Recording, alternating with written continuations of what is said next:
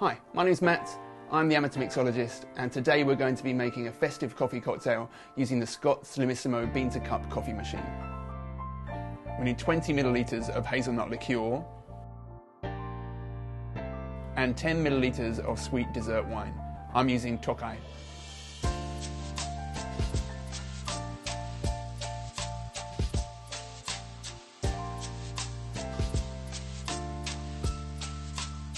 We're also going to use the Milkissimo hot and cold milk frother. This is just milk which I've infused with cardamom and cinnamon.